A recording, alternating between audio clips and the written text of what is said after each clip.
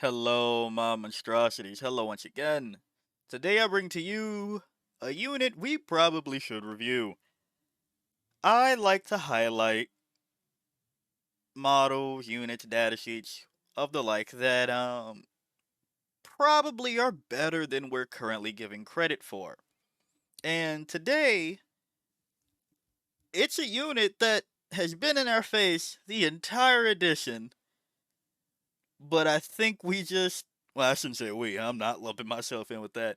A lot of people decided to go with another person's winning list versus another's for, well, probably the fact of how much work it is. If you see the thumbnail and whatever, I probably made the title by now. You already know we're talking about Tervigon. Sam was tearing it up with Turvy and Unending Swarm. Don't know why it's not here anymore, but I guess it reset some months back. Whatever it may be. Uh, and was just a menace, right? We knew that's how the way to do it. But Sam also has been taking Tervigon and a bunch of Termagants for a while in Invasion Fleet. And I guess that got overshadowed by, well, let's do the John Lennon list and take old One Eye and friends. That's the other thing I like about these kind of things is that I feel like some players have a signature model that you equate with them next to the army. So like Sam, I feel would be like Tervigon, and John would be Old One Eye and Friends. And you know, neither here nor there. But Sam recently read it back. Said, "Yeah, no, still fuck it. Feel no brain, 5 up, still works." And the other thing that I was like, wow, even still sticking to Winged Hive Tyrant over the Hive Tyrant. This was if I remember right, this was pre the Lethal and Assault update. Maybe? No? When did that happen? I forget. But, in previous, like, alright, you can, you know, figure out, yeah, I'll take this Hive Tyrant for cheaper. And I see that just stuck, even though dropping Alien Cunning would make this list 5 points cheaper.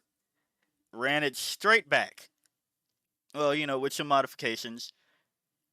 Included more Termagants. Instead, again, just like not making it a regular Hive Tyrant. If anybody knows how to get in touch with Sam Pope and if Sam is willing to do interviews, I would love to figure out why or more reasoning behind that. I have a guess, but that's not what this video is. This video is Tervigon, and you might be well, if Sam's doing it and only Sam's doing it, why would you make this video? Well, Ben also took the Sam Pope list recently. Who knew? It's actually pretty decent. And I think the other thing that I want to talk about with Sam's list as a whole before we get further into Tervigon is that it really highlights something that I kind of had a eureka epiphany moment about last night or the other day. Um, there's a lot of units in the Tyranid Codex that, spoiler alert, cost too much. Wow, monster, really? You don't say. But it's probably not the units you think I'm talking about, if I'm being honest. All of our infantry, it's equated to be around like Space Marine-ish level, uh, to that extent, kind of. But you don't have the applications. You can't throw a Broodlord and Teen Gene Stealers into a Rhino and get them safely up the board, right? Like, you just eat the losses. You can't throw the Winged Tyranid Prime and Tyranid Warriors in a truck and get them up the board, right? So, it is kind of odd when you really look at the points. Because, for example, I talk about the horror specs being pretty darn points efficient. And yeah, the horror specs pays in the fact that you cannot move through walls like you can with infantry. But if we're thinking about the Broodlord Gene Stealer package, and we think about something like Hormagaunts or the horror specs, the Broodlord Gene Stealer package costs more than both of those things and doesn't do more than either of those, really. Hormagaunts, I'll explain why. Broodlord Gene Stealers, the Gene Stealers, yeah, you'll be surprised when they take out a Rhino every now and again because of dev wounds. But 10 models with now Strength 5 attacks because of the Synapse Change, AP2 damage 1, re-rolling. Okay. The profile I'm aiming for is usually 5 and below. Maybe if I need the just tie something up and possibly get some wounds, 7 and below, right? I'll be generous. For Hormagaunts, we're looking at, with the Synapse Change, it'll go up to 4 if you have some Synapse around, AP1 damage 1. Where again, because they're shitty battle line, I don't mind sending them into Space Marine, Elf profiles and below. And going, yeah, I'll try to wound on 4s. Versus sending this package of Gene Stealers, Broodlord, that, because it's a skirmish thing, I don't try to keep alive, right? Now, I have talked about Invasion Fleet, give them the 5 of Feel No Pain, and you are going to be kind of fucking annoying. And they have an Invulnerable, so that makes it better, but a lot of people don't play to keep your Broodlord Gene Stealers alive. And then you go to the horror specs, which 14 attack, strength 7, AP1 damage 2 on the non-extra attack weapon, right? You are picking up the same squads you were going for with Broodlord Gene Stealer. So a lot of the Codex, any of our infantry, is kind of high versus what you're getting out of it, so you don't get to do much with it. That's another thing that I do blame with Vanguard Onslaught, is that we're taking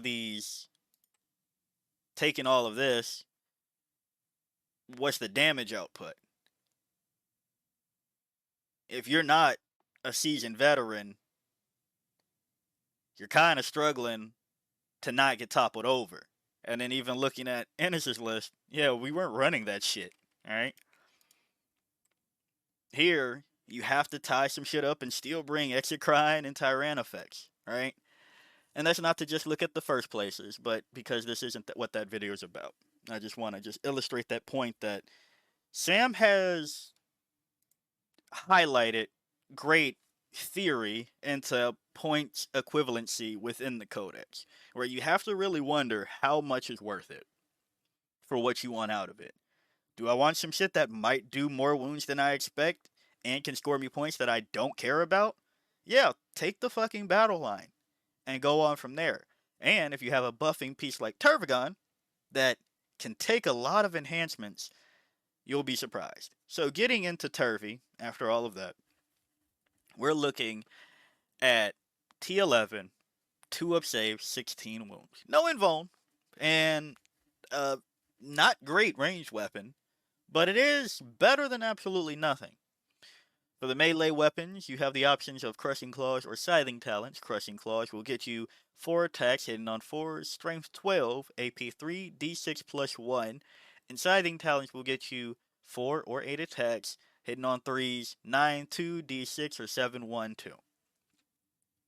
Now, you're bringing Turvy because you like Spawn Termagants. In your command phase, you can select one friendly Termagants unit within 6 inches of this model and return up to D3 plus 3 destroyed models to the unit. You cannot select the same unit more than once per phase, and you're also bringing her to give the Termagants lethal hits within 6 inches. Another thing that, like, going back, that's why I'm so confused, like, it's only out 6 inches. Now, you don't have to be wholly within, but how much can you really fit? with that on the table. And I guess if you really don't care, going back to equivalency, if you really don't care about the units and just any lethal hits is better than trying to get them to wound naturally, I guess, hey. But you also have the fact that Turvy is a Synapse character.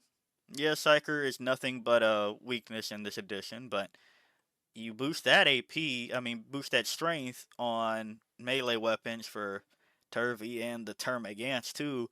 That's a little bit more damage than you would further believe. And Turvy's a character, so you get to take enhancements like Alien Cunning, or more frequently, Perfectly Adapted. I'm sorry, I said more frequently perfectly adapted. I meant adaptive biology, but I was looking at adapted and my brain auto-completed. Sorry about that. Adaptive biology. The bear has the feel no pain 5 up, and if there's any wounds missing, it turns into feel no pain 4 up. Again, on T11, 2 up save, 16 wounds. That's bulk. In an invasion fleet, you can also bring back the swarm even further with Endless Swarm. Rest in peace, Unending Swarm, after the surge changes, I guess, right? To do an additional Tervigon heal to 2 Endless Multitude units. So it's quite evident why you would run this now in Invasion Fleet. Especially where you could choose to make them have Sustained Hits 1 versus Infantry or Swarm, stacking that with Turvy, that's lethal hits, and sustained hits. Perfect, right? So, the package of Turvy and Invasion Fleet makes sense. You just get to have pretty decent bulk for things that, for one, just an absolute tank that they probably want to address. Okay? That is buffing not only Termagants, but because the Synapse has changed now. Well, technically it was buffing before, but now you have another buffing piece to give out +1 strength for pretty much, I guess, anything else that needs to be around. For your Lictors, I guess for your Exocrine, but you're bringing them to get the rerolls going. That goes again to now the sustained lethals on the Termagants. Or hell, even the Venom Thropes, right? So shit like that, it's pretty nice what you get for Turvy now. And for 175, I still think that she could be cheaper, but it's hard to argue that much cheaper. Like 165, maybe GW? And that's going over Invasion Fleet. And you'll see these other tabs and go, man, would you really throw Turvy in all of these? Yeah, I would. For example, Synaptic Nexus. Remember when you can just like put out an aura of buffs? Yeah, Turvy gets to do that in here too. Even making it better so you're for a turn, your Termagants get a 5 up in Vulner save, making them fucking annoying. And you get to respawn them, so it's just like, well, for one turn, your screen or whatever was going on there was a little bit tougher for them to kill than they thought. And, well, Turvy, melee, for one turn, gets you a little bit better. Hitting on 3s, hitting on 2s, strength 13, strength 10, strength 8. You're not making it your sole goal, but yeah, it's better than nothing. Especially when you can take shit like Psychostatic Disruption. Again, that's not your one you're probably taking, but given Turvy, maybe if you do a weird list where how. Actually, let me wrap up this thought and now circle back. Psychostatic Disruption, no deep strike within 12, right? Scrambler array, basically. And on a 4 up, if somebody tried to come in on the first or second turn, they can't do it. But with Synaptic Control, -1 from damage characteristics going into Turvy. This is one where we've seen people take the Norns and Maliceptors in it because you have Reinforced Hive Node to worsen the AP characteristic of that attack by 1. I would say I've talked a lot about how this is a melee detachment. But for the points, what if instead of Norn emissaries for 100 point less, you took Turvy, who can take on something like Synaptic Control or Psychostatic Disruption, and a fuck ton of little Termagants that are now getting buffs with assault weapons that are getting +1 to advance, getting invulnerable save, and you're respawning them back. Or maybe hell, it's all going to shit. You gave them Spine Fist so they get to shoot and then hit in melee with an additional +1 to hit, right? All that good shit. Well, reinforced Hive Node, Synaptic Control, a couple of Turvies instead of the Norns. And it's odd. I guess it's not odd. I guess it doesn't make too much sense. But Sam has played Synaptic Nexus.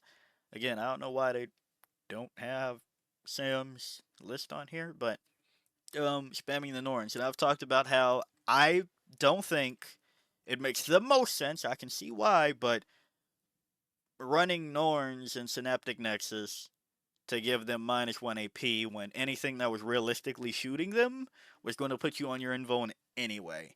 So, hey, and it's like a 2-up save to a 4-up save on the invuln. So, if somebody was shooting you with AP2 to put you on that, I guess it gets a little bit better, but is it worth it? You probably already had the benefit of cover, and yada yada yada. I've already gone through that song and dance. This is a Tervigon video. Turvy. Hey, that's bulk that people will not expect. And they probably will try to shoot a giant rifle, railgun, hunter killer missile into Turvy once they realize they are not having a fun time with the Termagants in their face that have a 5-up invulnerable save and are coming back. Now, mind you, 1 unit at a time, but it's better than nothing. I say that just as a package. So that's the option there. Especially when, hey, you are now rerolling hit rolls of 1 and wound rolls of 1. That's a little bit more chip damage with lethal hits on some Termagants that people might not be expecting. Or you could do it for the melee of Turvy, right? And then we come over to one that I've talked about both in the past, and I just had a damn I'm fucking stupid moment. I've talked about how I do kind of like Turvy and Crusher Stampede because it gives you a justifiable reason to have the little Gribblies and the monsters. Now, of course, it's justifiable from a competitive standpoint, but, just from a little flavor standpoint, you go, hey, why is there a little shit in the big bug detachment? Well, Crusher Stampede, I brought Turvy, and the Termagants happen to be the thing then why, right? +1 to hit, +1 to wound if you survive that long, right? You put that shit on Turvy. And of course, we already said now you're 3s to 2s. You also have the option down here of rampaging monstrosities to reroll hits if you want to do that. Now again, this isn't like you probably want to do that first on like your horror specs or your old one eye. Right? So this isn't plan A, but this is not the worst plan B or C. Then we come over to the enhancements, into which I've talked about, yeah, if you put Ominous Presence on Turvy, so additional 3 plus an additional 2 while you're unwounded, that's 10 objective control on Turvy by herself. And because you're bringing her with your battle line, that's a lot of OC on a point, probably the open point, just for shits and giggles, right? So, and then I've talked about once they commit and they finally get her off, Corrosive Viscera for D6 in the area. 1 CP, pop, make it drop. That's a wet ass Tervigon, right? Then I recently had this thing looking at a list I was kind of tinkering with. I really hate null nodules. I think we can all say that this is just so fucking stupid. Um, so I will sometimes just go out of my way to make the list worse so that I don't have 10 points exactly and I can justify not putting it on for the sake of it. Petty, I know, but damn, this thing sucks. Once per battle, when a psychic attack is allocated to the bearer, it can use this ability. If it does until the end of the phase, the bearer has the Feel No Pain 5-up ability against psychic attacks. It couldn't be rest of the battle. Nah, just end of the phase. And you go, well, hey, that's another way to get a Feel No Pain on your Turvy. Yeah, we're not talking about that. I was like, well, shit, instead of putting 15 on Turvy and 10 on my Hive Tyrant, I could put 25 on my Hive. Wait, what if I put 25 on Turvy? A thing that people don't necessarily expect to happen, but you also think about where you want things positioned. Do you always want your Hive Tyrant in the front lines? No, because people will shoot it, and then there goes your free strat and your lethals, right? But Turvy, you send Turvy up the board. They have to pick, do I want to shoot the little shit or the big shit? And either way, that's other shit they're not shooting. And if they do a little bit of damage to Turvy, haven't really gotten rid of her, by the time you make contact with a monster vehicle, +1 to wound without being below half strength.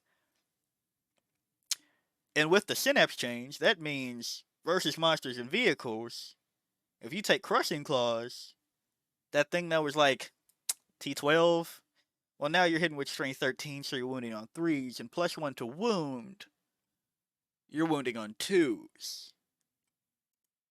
And with rerolls to hit, while hitting on 3s because of, well, enraged behemoths, D6 +1 AP3, that's okay. It's not better than Old One Eye in the sense that you get more attacks with Old One Eye and, okay, 1 less strength, but you're hitting on the same. Unless, of course, Old One Eye's wounded, right? In Crusher Stampede or whatever other bonus, right? Let's play it fair. Let's say that you're hitting less, right?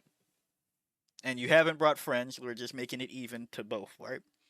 But you're now trading T9, which a lot of things in the game can hit T9. 2-up save. 9 wounds, not the most wounds. Yeah, the Feel No Pain 5-up makes it feel better. But T9? Huh. T11, 2-up save, 16 wounds. It kind of maths about the same. I know that people like, what's the 5-up Feel No Pain? You'll equate that to how many extra wounds? Like half the wounds. So if you do half wounds, right? Add another 5, that's 14 wounds. 16 wounds. You're still out wound, right? 25 more points, yeah. But T11 is a thing that people have to dedicate shit to. Versus T9, for example, the heavy venom cannon on shit, the Carnifexes. I was going to say the Hive Tyrant. Yeah, but the Carnifexes, a heavy venom cannon, you'll see people just have strength 9 weapons to address it. To wound on 4s. I'm just saying, wounding T12 on 2s because of the synapse change and Monstrous Nemesis doesn't sound that bad. And this also goes to, well, small spoiler for a video I'm thinking about. Thinking about what detachment really benefits your list. And why it does. So yeah, I'll leave that there. Ominous foreshadowing is ominous foreshadowing. Then we also look at Unending Swarm. Rip Unending Swarm with the surge change, probably. They just keep hitting that detachment in any way possible. Don't really know why, but we were bringing Turfy, probably throwing on naturalized camouflage for that first battle round. Hey, this is so goofy. Um, to add more Termagants to our Unending Swarm with adding more fucking Termagants. And to buff those Termagants to give them lethals while they also could get sustained. And you know the vibe.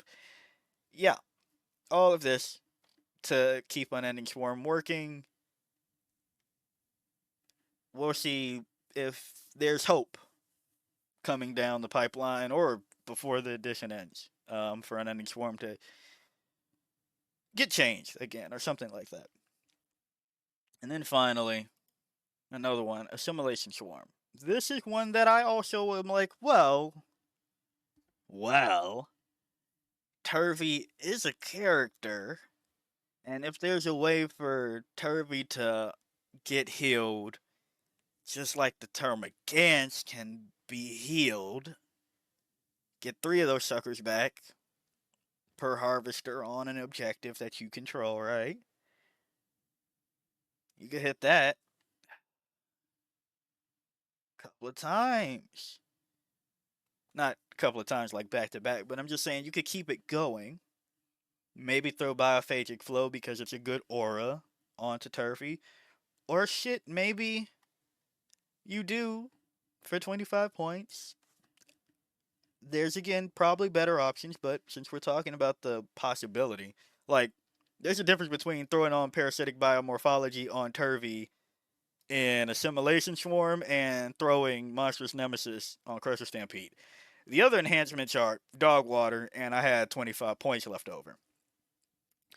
The things that Assimilation Swarm's Parasitic Biomorphology can go on is a bit greater, and then you go, well, maybe you should throw it on the Brew Lord or the Winged Tyranid Prime, or hell, maybe the Hive Tower with Tyrant Guard, right? Before you throw it on Turvy, because it's the entire unit. But I don't know, maybe you get an additional +1 strength to melee, take that up to 14, and get one more attack. It's not the absolute worst idea, but it is not a great idea. So just to say that Turvy has a lot of applications. The only one that you really don't want to focus on Turvy being in is Vanguard Onslaught, and even to that, I've justified it in my head before. Where, well, the Termagants are infantry, and if I can do things like move them behind a wall after they, do the thing, and then I regen them, and then it gets annoying because then I take them off the board and put them up somewhere else that people weren't expecting. I could take the backfield with, um, for a secret mission, like pretty easily that way. And again, you could just take gargoyles to do that, but or Hormagaunts for that as well, which would then get advanced fallback, both advance in charge and fallback in charge because of questing tendrils in Vanguard Onslaught. But I'm just saying, I've thought about it. Maybe put on hunting grounds on Turvy so there's something sturdy to get those battle shocks continuously going. It's been a thought in my head. It's not a great thought, but I've justified it to myself before. But yeah, just goes to show maybe we are a little too harsh on Tervigon. Will she be in more lists across the board? Who knows? But maybe for the meta. Not saying you completely abandon the John Lennon list, but maybe the Sam Pope list deserves a second look. And to be honest, it seems to have been deserving of the second look for quite some time. But yeah, if you like the video, like it. Got a comment from me, comment. And until next time, peace out, my monstrosities.